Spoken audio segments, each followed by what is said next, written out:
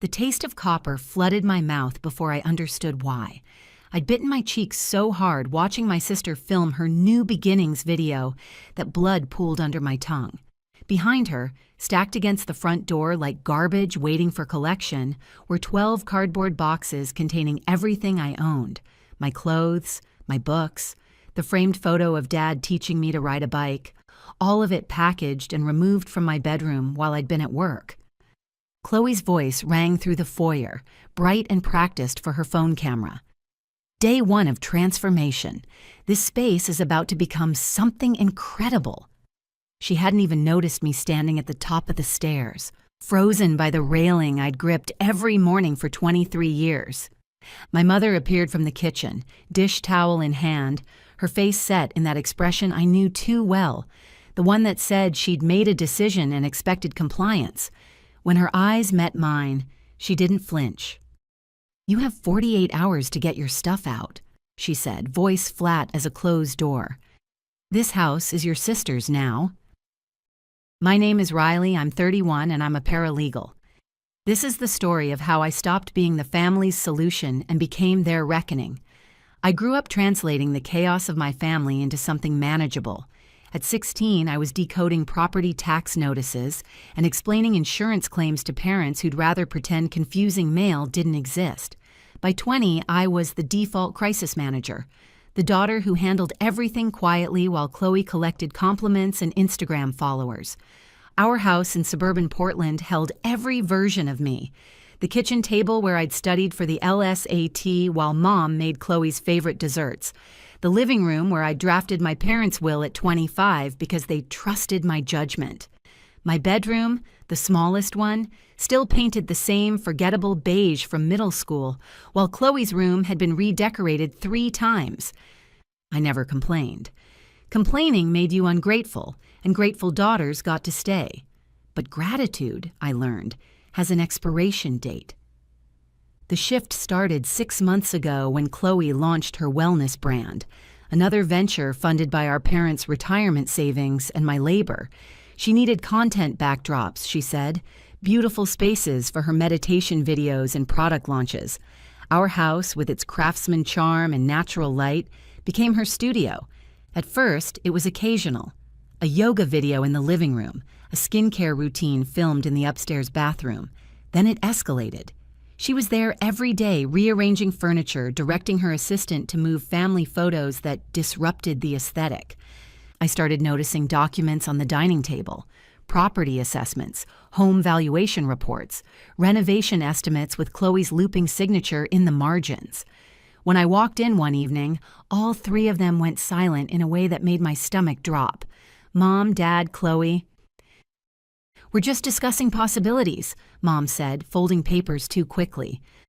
"What possibilities?" I asked. Dad cleared his throat. "Adult things. Nothing for you to worry about." Adult things. As if I hadn't been handling their adult things since high school.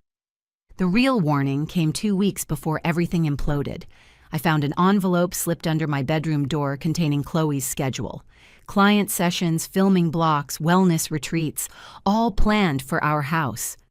At the bottom, in Mom's handwriting, it said, "We'll need to adjust your room soon." Adjust, like I was furniture they could rearrange. Over those 2 weeks, I quietly documented everything while pretending nothing had changed. I scheduled my attorney consultation for the day after I found that envelope, giving me exactly 13 days to prepare before they made their move. That night, I confronted Mom in the kitchen. "Why is Chloe scheduling events here like she owns the place?" Mom didn't look up from wiping the counter. "She needs space for her business. She contributes in her own way." "And I don't?" She finally met my eyes. "You're stable, Riley. You don't need as much." There it was, the sentence that crystallized years of imbalance. My stability made me expendable. Their logic was simple. I'd be fine anywhere, so why should they consider my needs? That was the moment I started preparing. I went to my room and opened my laptop. Every property document I'd helped Dad organize, every tax filing I'd prepared, every piece of paperwork I'd sorted for this family. I knew where it all was. I pulled up the deed records, the ownership history, the correspondence Chloe had been drafting about future renovations and partnership opportunities. As the family's document organizer for over a decade, I had access to the shared cloud drive where they stored everything, including Chloe's careless drafts about her business plans that she'd never bothered to password protect. The house was still in my parents' names.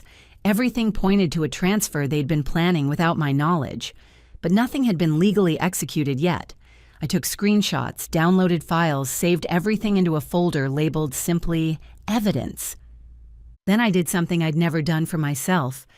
I scheduled a consultation with a real estate attorney. For 2 weeks, I said nothing. I watched Chloe film her videos, Mom rearrange furniture to suit Chloe's aesthetic, Dad avoid eye contact. I documented everything, the schedules, the conversations, the way they spoke about the house's future as if I were already gone. The breaking point came on a Tuesday morning. I walked downstairs expecting coffee and found my entire life boxed up by the front door. Chloe stood in the foyer with her ring light filming her transformation announcement. Mom emerged from the kitchen with that prepared expression, the one she wore when delivering non-negotiable decisions. 48 hours, she said. We need the space for Chloe's business. I should have argued, should have reminded them of every tax form I'd filed, every legal mess I'd untangled, every late night I'd spent fixing their problems. Instead, I felt something click into place. Cold, clear, final. I didn't say a word. I just turned around, walked back upstairs, and pulled out my phone. The attorney answered on the second ring. That evening, while my family celebrated Chloe's upcoming launch, I sat in my room organizing the documentation that would stop everything. Property records showing I was a legal resident, correspondence proving they'd been planning to remove me without proper notice, evidence of Chloe's business plans that violated residential zoning laws. The law I'd been using to protect them for over a decade was about to protect me instead. Mom knocked on my door around 9 p.m. You're being dramatic. This is what's best for everyone. I didn't answer. Silence, I'd discovered, made people more nervous than arguments. The next morning, I received confirmation from the attorney. Everything was in place. I came downstairs to find Chloe's car in the driveway, my parents in the living room, all of them wearing expressions of impatient righteousness. They were ready for me to leave quietly, to make this easy on them. Chloe walked in first, carrying folders and talking into her phone. Day 1 of the transition. This place is going to be incredible once... She stopped when she saw me. Oh, you're still here. Still here, I said quietly. She rolled her eyes. Look, Riley, I know this is hard, but Mom and Dad are right. I have real plans. This house has potential your life just doesn't require. The cruelty wasn't in her words. It was in how casually she said them. Mom set down her purse. We told you to have everything out by today. Dad stepped forward. We have people coming for appointments. Chloe needs to start setting up. Start what? I asked. Her business, Chloe said, exasperated. My business. I have investors, commitments. I can't launch anything with you still here. Still here in my home, I said. Your home? Chloe laughed. Mom, can you please explain? I don't think Mom can explain this, I said, pulling a folder from my bag. But I can. The room shifted. Chloe's confidence flickered. Mom's hand tightened on the counter. I opened the folder. Inside were printed records. Property documents, email chains, zoning violation reports, and a letter from my attorney explaining that I was a legal resident who could not be forcibly removed without proper notice and legal procedure. This, I said calmly, is everything you've been planning. The transfer that hasn't happened yet. The business Chloe wants to run out of a residential property without proper permits. The timeline showing you intended to remove me without legal notice. Dad's face went pale. You're twisting things. We're not villains. You're removing your daughter from her home without notice, I said. What would you call that? It's not personal, Chloe said, voice thin. You just don't fit the vision. Vision, I repeated. That's an interesting word for theft. I placed the final document on the counter. This is formal notice that I'm a legal resident of this property. Any attempt to remove me without proper procedure constitutes harassment and unlawful eviction. Any business operations Chloe plans to conduct here violate residential zoning codes, and any renovations require permits you don't have. The silence was absolute. Mom's voice cracked. People are coming tomorrow, we promised. That's not my problem, I said. Chloe looked genuinely frightened for the first time. You're going to ruin everything. No, I said. I'm going to stop you from ruining me. 3 sharp knocks interrupted us. Dad opened the door to find a woman in a business suit holding a manila folder. I'm looking for Mr. and Mrs. Patterson, she said professionally. I have documentation regarding property use concerns that require immediate attention. She handed my parents a packet. Official notices about pending zoning reviews, business permit violations, and occupancy disputes that froze all planned changes to the property until resolved.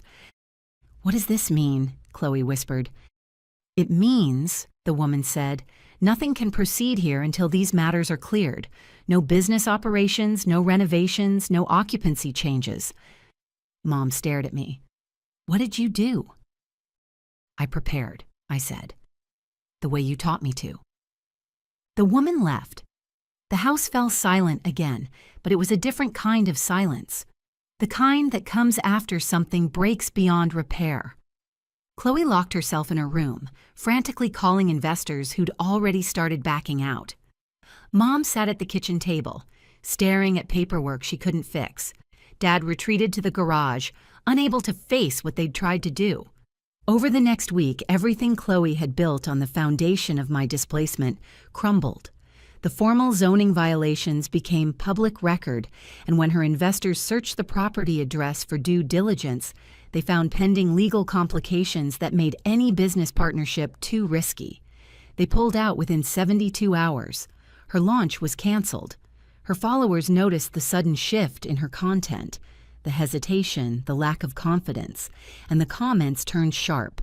Mom tried to negotiate. Can't we work something out? You had years to work something out, I said. You chose differently. I stayed in that house for exactly 30 more days, not because I needed to, but because I wanted them to understand that I was leaving on my terms, not theirs. My attorney had secured a temporary occupancy agreement while the zoning disputes were under review, giving me legal residence for 1 month minimum. I could have fought for longer, but 30 days was all I needed to make my point. I found a small apartment downtown with clean white walls and no history. On moving day, I packed my things myself and left without ceremony. Dad caught me at the door. We never meant to hurt you. Yes, you did, I said quietly. You just didn't think I'd notice. 6 months later, I heard through a mutual friend that my parents had to sell the house. The legal complications, the business violations, the frozen renovations. It all became too expensive to maintain. Chloe's brand never recovered. She moved across the country trying to rebuild an image that had been based on borrowed space and borrowed credibility. I don't talk to them anymore, not out of anger, but out of clarity. Mom tried calling twice in the first month after I moved out. I didn't answer. Dad sent an email on my birthday that I deleted without reading. After 6 months, they stopped trying, and I never reached back. The silence became permanent, not through any dramatic declaration, but through the simple choice to let people who never valued me fade completely from my life. Chloe and I have had 0 contact since the day I moved out. I finally understand that some people will take everything you give them and still ask why it wasn't more. My apartment is small, but it's mine. Every corner, every choice, every quiet morning belongs to me alone. I didn't win because I destroyed them. I won because I finally chose myself. If you're reading this and something feels familiar, If you're the one who fixes everything while everyone else takes credit, if your stability has become your prison, listen carefully. Your loyalty isn't weakness, but it becomes a weapon when people use it against you. Set your boundaries, document everything, and remember that walking away isn't giving up. Sometimes it's the only way to finally start living. If this resonated with you, share your story in the comments. If you want to hear more stories like this, you know where to find me. And remember, you're not alone.